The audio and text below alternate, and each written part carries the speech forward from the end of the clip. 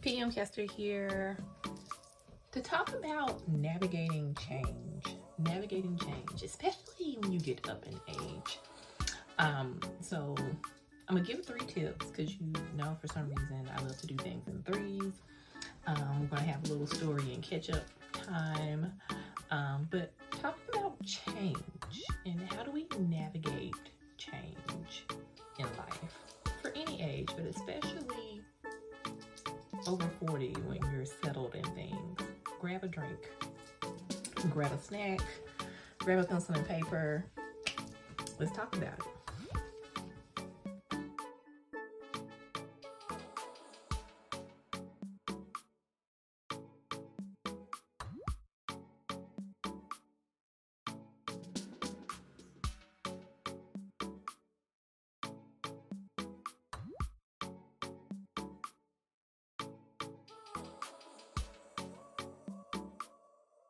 All right, thank you so much for sticking with me. As I record this, I think I am 1 away from 300 subscribers. So if you're watching this and you want to just keep exploring, because there's over 300 videos too, I believe so. But there's a lot of content for you to catch up on, and I would really appreciate your subscription. This is a goal that I've had for a while to get to 300. Of course, would love to reach 1,000 by the end of 2025, but I'm happy for who is watching. So click the subscribe button. I don't know what the logo is, but click the subscribe button. I appreciate it. I appreciate you, and thanks for watching. We're gonna do a little catch up and talking about navigating change. I'll probably be coming in and off the camera as I make myself lunch. I'm trying out these garlic and herb jumbo shrimp from Aldi, which I found out that I can make in my air fryer. So let's see how that's gonna be. But navigating change, I have been extremely busy. So busy over the past couple of weeks as just waves of change have just started happening in my life. If I'm going to be honest, it really started, a lot of change and stuff has been happening since the beginning of the year, January 1. So I'm gonna link my how not to be broke and like dealing with money videos. I did 2 at the top of the year, but I'm trying to tell you, my life changed once I started getting intentional about my money. I started getting intentional about my money at the beginning of the year, and everything has just been moving at a fast speed. So the beginning of May, you know, I turned 44. Yay. And in that time period, since we have last caught up, starting really in the beginning of May, I have turned in my notice to terminate my lease for my current rental, which is a townhome. I have signed the lease for a condo in the city. I'm kind of in the city now, but more in the city, in Midtown, if you're familiar with Atlanta. I have taken on a temporary promotion with my job.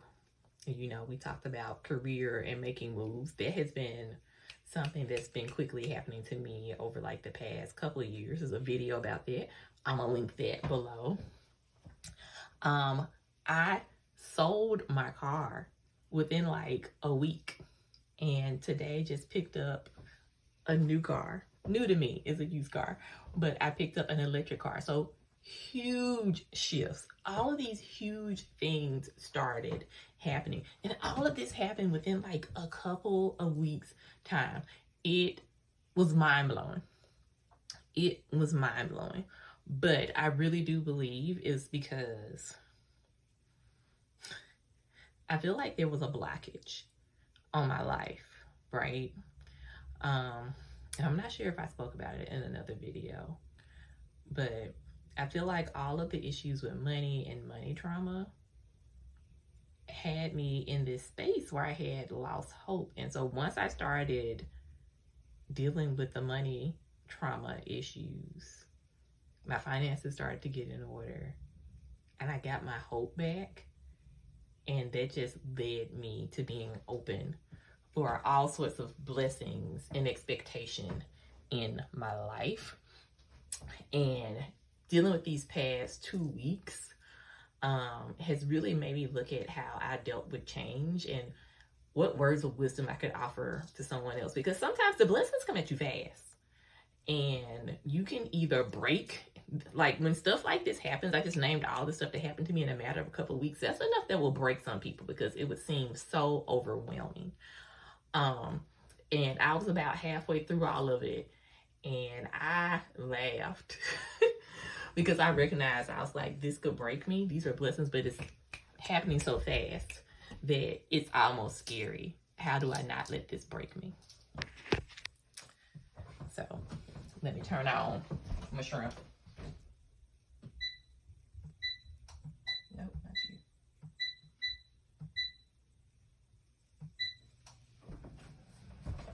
All right.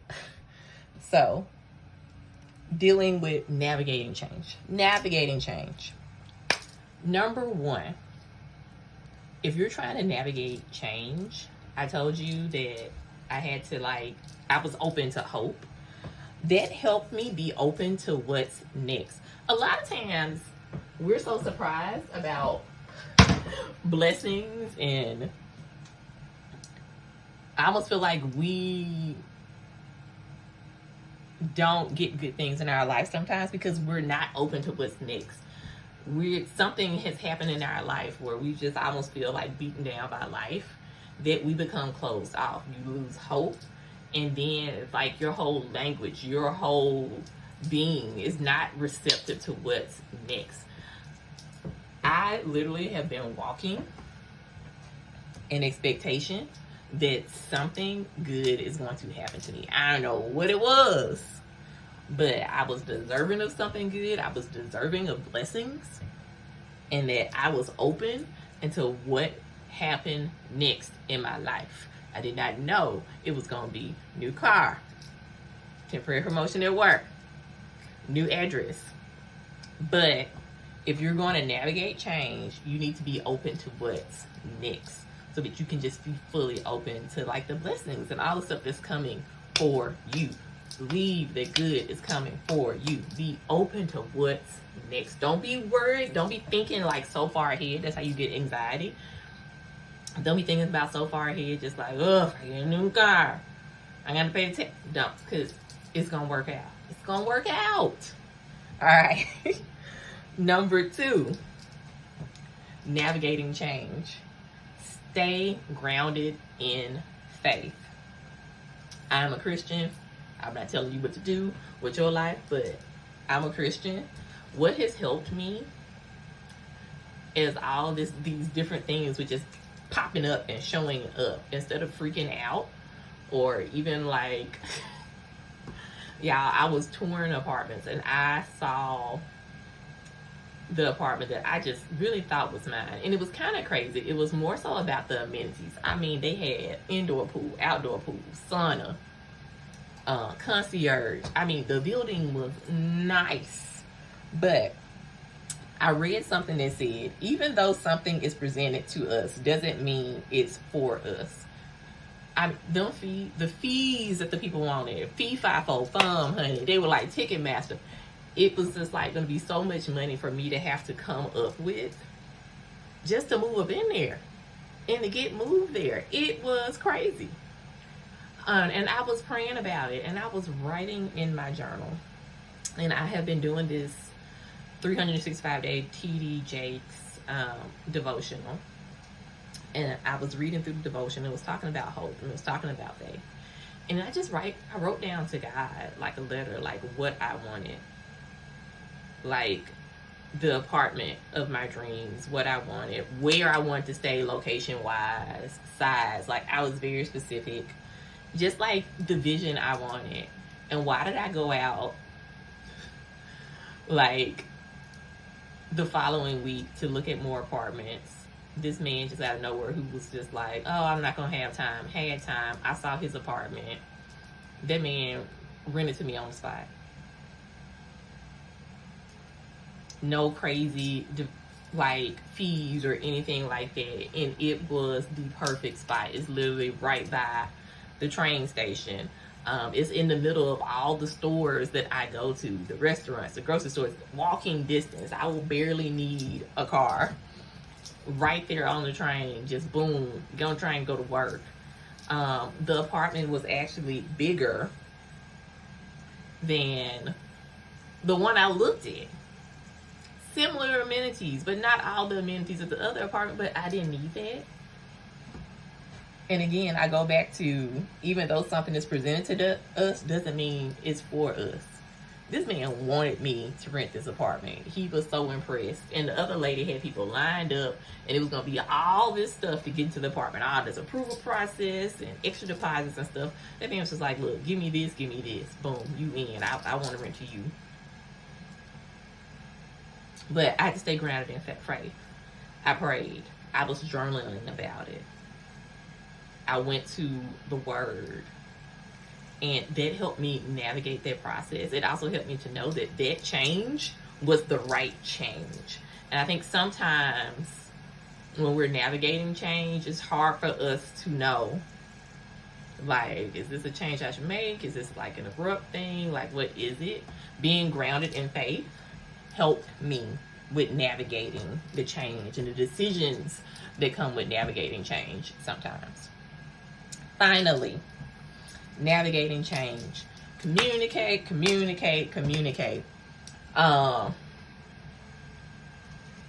So much stuff was being thrown at me. People wanted money.